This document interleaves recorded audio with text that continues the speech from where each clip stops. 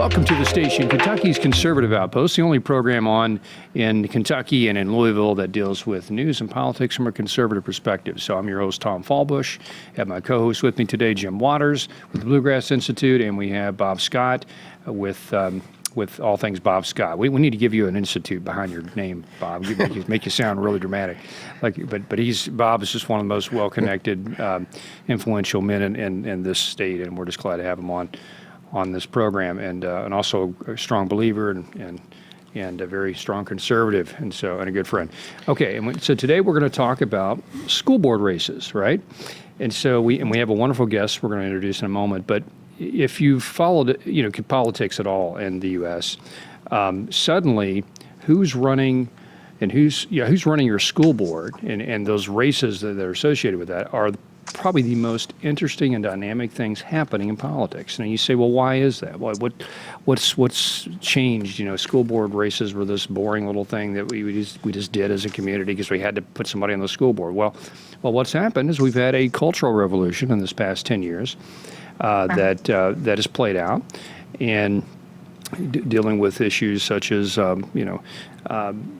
just all the woke issues, right? I'll just summarize it with that. So all the LGBT rights, a lot of the racial politics, racial identity politics, and all these things are playing itself out in our culture. And the ultimate prize for either side that wins that battle is the hearts and minds of our youth. And so where you want to really fight your battle is at the schools, at the school level. So who is teaching the children decides the future of the country. It really does. Who's teaching this next generation decides the future of the country. And so, those that are proponents of more left-wing viewpoints and progressive viewpoints and all these woke ideas, they understand that wholeheartedly, and they've put their money where their mouth is, and they've put candidates in the school boards over the years and in the teachers' unions and everywhere else where there's influence on education, and they've put their people in power. And they've made a lot of movement in that way, and we're seeing it, and we're seeing parents going, okay, this is nuts. My child just came home and they're teaching my son that he can be a girl. What? That is what is happening. And so then if you unravel that, it all goes back to the school board. It has this policy, and so all that being said, it's people are woke. They've waken up. They're now woke in a conservative sense to what's happening. And so who's running for a school board is very important now more than ever. And so we're going to talk about that today. So, Jim, we had a pretty interesting school board race this past round, and you want to maybe summarize what happened? Well, I guess I was going to say about this race that there's been several incumbents, or a few incumbents who here in Jefferson County have decided not to run for re-election. Good. So, in fact, interesting, one board member, Chris Kolb, who represents the 2nd District, decided not to run after he didn't get the endorsement from the unions, who big time endorsed him and others in the past. So they have a lot of, because I think a lot of the problems here in the county, I think, there's been a lot of chaos, if you will, about that politically. Right. And also Sarah McIntosh, who held the 7th District seat, and Joe Marshall from District 4, and James Craig. James Craig and Linda Duncan, Corey Shaw, they're back. They don't have an election this time. Okay. So they're 4-year terms. So there's 4 school board seats. So there's total? 4 school board seats, and okay. and 2 of the 4 are not coming back. 3 of the 4. 3 of the 4 are not running again. Right. So 3 of these are open seats. That's right. Open seats. That's interesting. Okay. And then this race, then what we wanted to focus for a few minutes on today was District 4, which covers the southwest end of the county and Shively, Valley Station, along the Dixie Highway corridor. Let me say this just to set this up a little bit more. This last round, school board race, we had a really strong insurgent conservative set of candidates that tried to win, tried to change the narrative and control basically move the school board back to more conservative. They all lost. Yeah. It was a real disappointing movement, but I think that was just the first battle of many. Actually, there was a lot of positive things that got planted there. That's right. When you think about it, this school board's been entrenched for a long time. That's right. And so we had a great slate of candidates. What was disappointing is that they were so disappointed at what happened because they were in it to win it. Right. And you want to do that. But it was a great slate. It was a great slate of candidates. And most of these people were from the parent grassroots groups who really did know what was going on and were really concerned about what had happened here with COVID and how the school board had not responded to parents here. So, and then on top of that, you mentioned in the opening about the woke issues, and of course the board has not listened to parents about that, but they've not done anything about our academic failures here either. When you talk about school boards, that at least ought to be part of the conversation. Their number one thought. But I wanted to say about this district today, and we've got one of the candidates that is running for District 4 here, Barbara Lewis, with us today. And this race has the most interest in terms of the number of candidates. This has 3 different candidates running in this race, and the others just have a couple of candidates. So I think there's a lot of interest in this area of the county, and well, let's introduce Barbara, and Bob, we'll get to you in a second. But Barbara Lewis with, and you're running for which seat, which school board seat, Barbara? Good afternoon, everyone. I am running for District 4, JCPS School Board seat, which is the south end.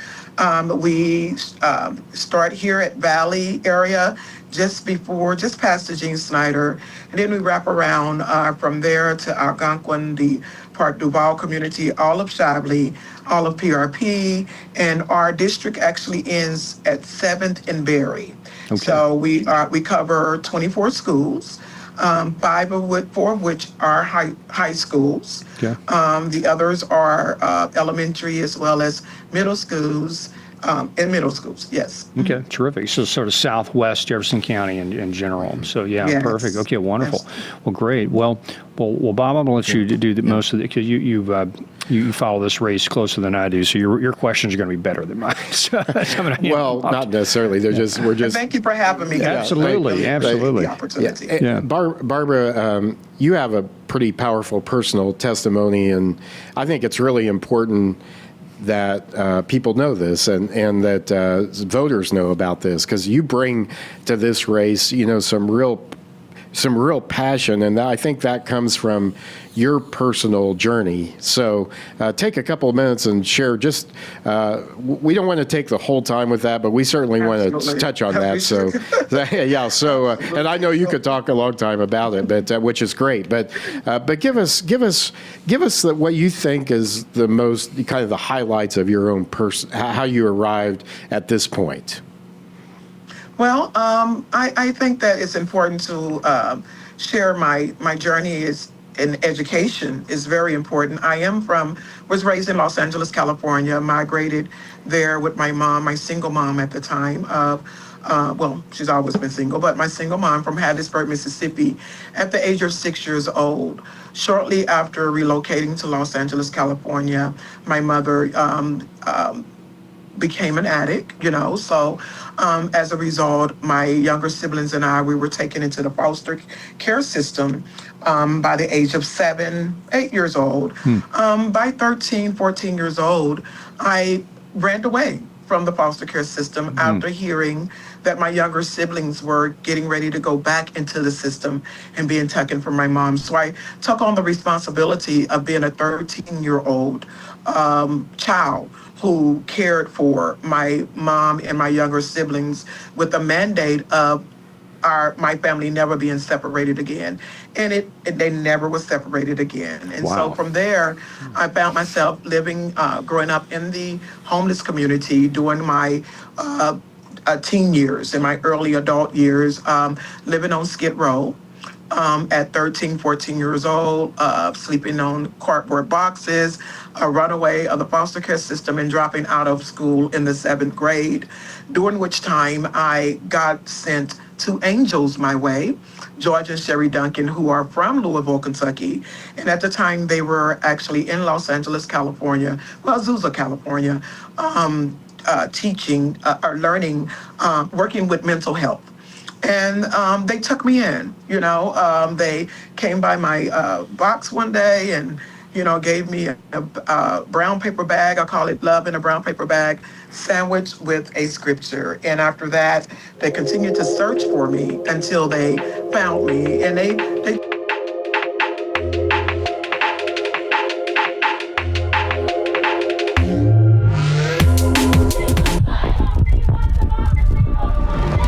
We are here to defend democracy. Misinformation poses a threat to our nation's health. Climate change is an emergency. Democratic socialism. Codify one's right to choose. Hell yes, we're going to take your AR-15.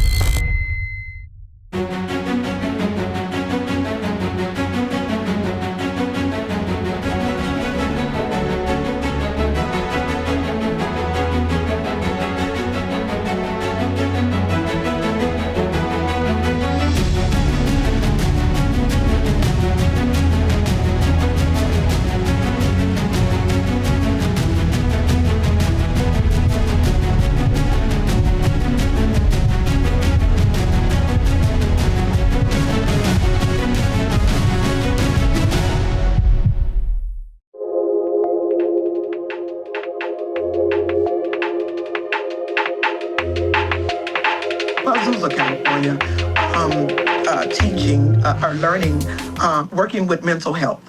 And they took me in, they came by my box one day and, gave me a brown paper bag. I call it love in a brown paper bag, sandwiched with a scripture. And after that, they continued to search for me until they found me, and they took me in. But of course, being 14, 15, at this time, maybe 16 years old, 15, 16 years old, my main responsibilities were caring for my parents. And I often tell the story of being a school hopper.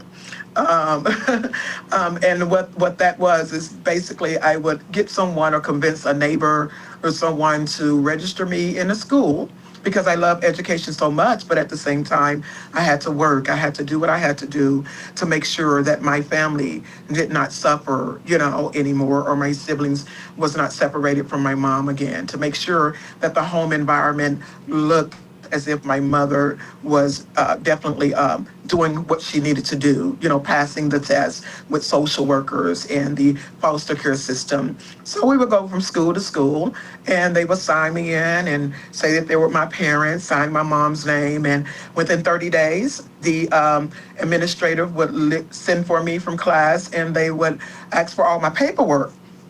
And so by that time, I would say, oh, okay, I'm at my mom to bring it tomorrow. So we, I run from that school and wait a couple of weeks and attend another school. And I did that all the way up to probably about 16 years old until I couldn't anymore. And so years had passed after meeting George and Sherry Duncan. They relocated back here to Louisville, Kentucky. And the last words that she shared with me after kissing me with tears rolling down my eyes is, Barbara, God is sending me to Kentucky to a prepared place for you for when it's your time to come. And so lost contact with them.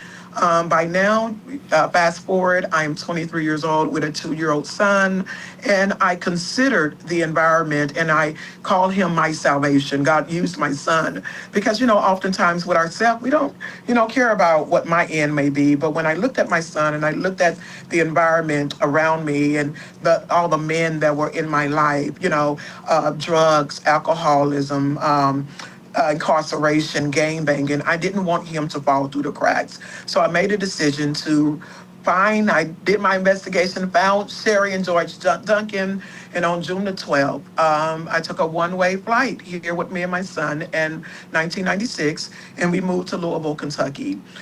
Shortly after that, became a pastor's wife in the West End. I pretty much grew up in the West End since being in Kentucky over 28 years now. And I accomplished my GED. I accomplished my GED at 32 years old with JCPS Adult School, went on to accomplish my associate's degree, opened the very first child care center that was awarded 4 stars. Once I accomplished my associates, I went on to accomplish my bachelor's degree with Campbellsville University in pastoral ministries, and with a minor in juvenile criminal justice. And then I am now currently accomplishing my master's degree in marriage and family therapy with a focus in trauma, youth trauma and recovery. And that mother who was an addict since the age of 6 years old, 5 to 6 years ago, she was homeless. I went to Los Angeles, California, picked my mama up, brought her back to Louisville, Kentucky, and she is 4 years clean and living the best life that she's ever lived. Praise the Lord. I thank you. Yeah. Hey, Barbara, how do you think your personal story impacts your ability to help lead this school district? What is it about that will help impact that, do you think? Well, I think most importantly, being able to connect and relate to the families, and then that building the trust with the family, when the families of the community and our youth of JCPS, the trust factor, when our young people have someone that they actually can trust, that can share their story, when needed, when necessary, and really see that, okay, if she overcame.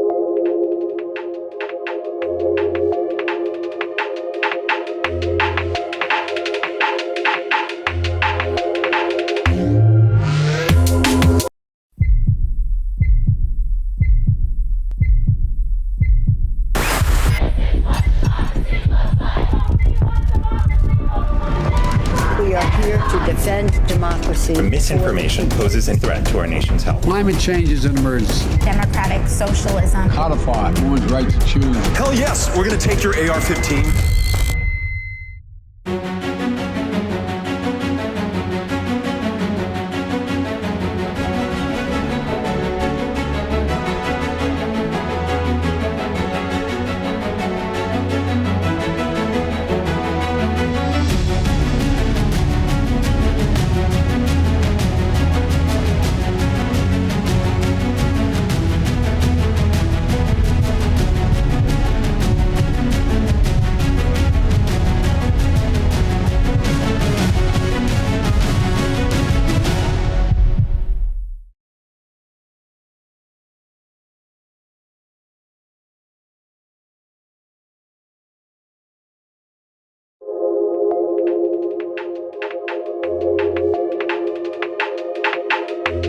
Our parents that welcomes and open the door for our teachers and our students, and building a culture within the school board that reconnects, those disconnects within our educational system.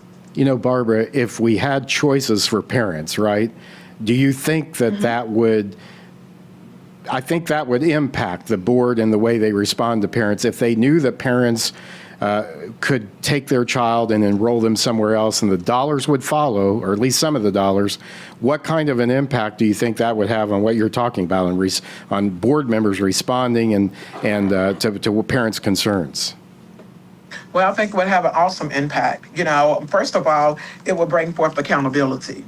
And then secondly, and I'm talking as far as accountability within the district, JCPS, accountability within our education, our curriculum, our assessment methods, accountability in our training, our racial equity, JCPS, we look at the tests, the scores right now, many of our schools are failing in the racial equity component of our schools, but it will also challenge schools and teachers in a competitive way, because now that I know that the taxpayers' money can be taken away and that parent can make a choice for their student if they feel like JCPS is not meeting the holistic needs of my child's education. And I'm not just talking about the test scores or checking off boxes with academically wise, but mental health needs, that type of needs, curriculum, developing curriculum that is not just across the board, but actually addresses the relevant issues of each community, and then knowing that we have that choice, that parents have the choice to say, okay, JCPS is not the right fit for me, for my child. I would like to take him to another school, and being able to do that, I think it would change the whole dynamics of our educational system, the areas that we're failing in, the achievement gap that continues to increase while the money is still growing, but the evidence, the money is not, the numbers don't add up. So we still have a significant amount of students that are failing tremendously, and that are transitioning into a world not prepared. So yes, I am definitely for choice, parents' choice, and I think it would definitely set the standards and bring more accountability from the board through the whole JCPS public school system. Bob Scott, jump in here. I know you've got questions. I would say amen to everything. And Barbara, I want to say you're a breath of fresh air because you have literally seen the system from the inside out, which is very, very rare. And one of the things, as I was listening to your discussion, is what would you've said a lot of things, but let's say you get elected, would be some of the first things that you would want to do, real life steps, to try to see this failing system change? And why is there such opposition to the whole idea of school choice? I think we all know the answer, but I was kind of wanting to hear that from you. Mm-hmm. Well, let me start with the opposition for school choice. I believe that a lot of the opposition is a result of, again, accountability and, taking away power that has been misplaced power. Instead of saying abuse of power, which would be the operative word, but, removing power from the hands of those that don't even have an understanding of who our parents are, or our students, those that, have not even been on the front line to even understand what the parents are going through. So I think that that's one of the things. It removes the power, and it puts power into the hands, equity into the hands, and equality into the hands of our parents. Now, you asked me what would I address, what would be some of the steps? Well, one of the steps would be, number one, is building a rapport with the parents in a community, encouraging the board to create opportunities where we can engage with the parents. How do we do that?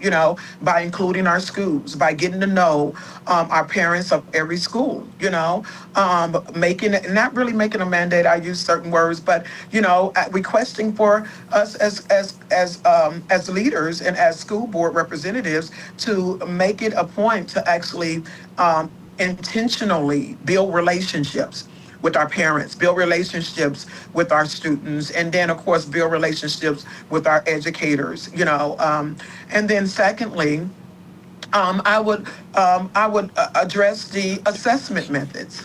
How are we assessing our students, and how many assessments are we doing each year? And if they're not working, why are we continuing the same method?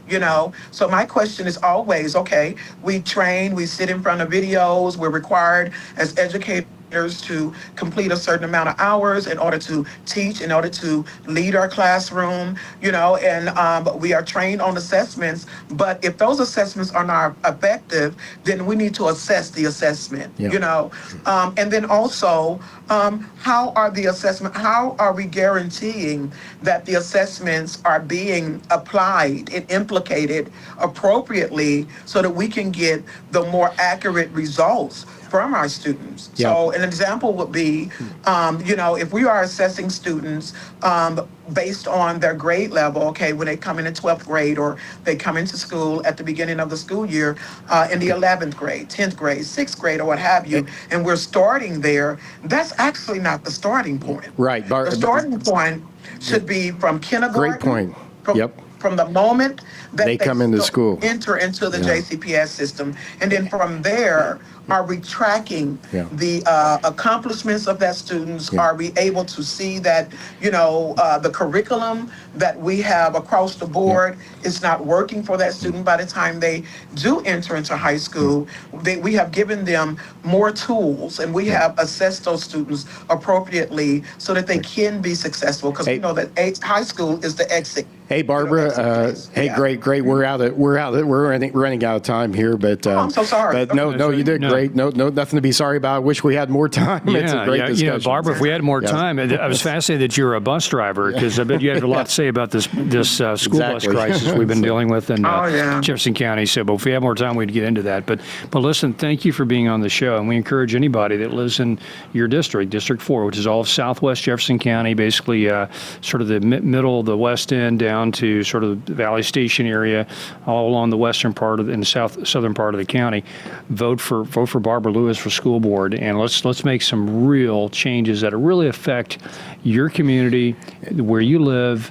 And this is local races is where it's at. Real quick, Barbara, you're going to have a kickoff event, right? Are folks invited to that? Can you give us the day and time and place of that?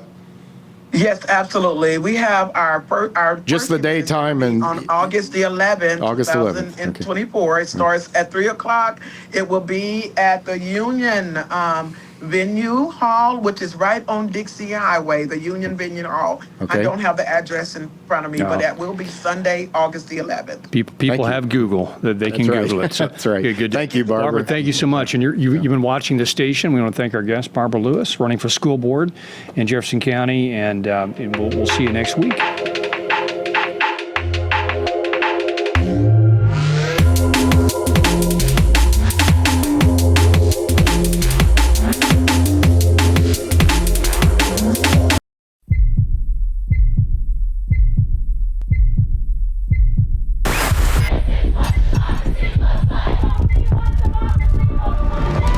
We are here to defend democracy. Misinformation poses a threat to our nation's health. Climate change is an emergency. Democratic socialism. Codify women's right to choose. Hell yes, we're going to take your AR-15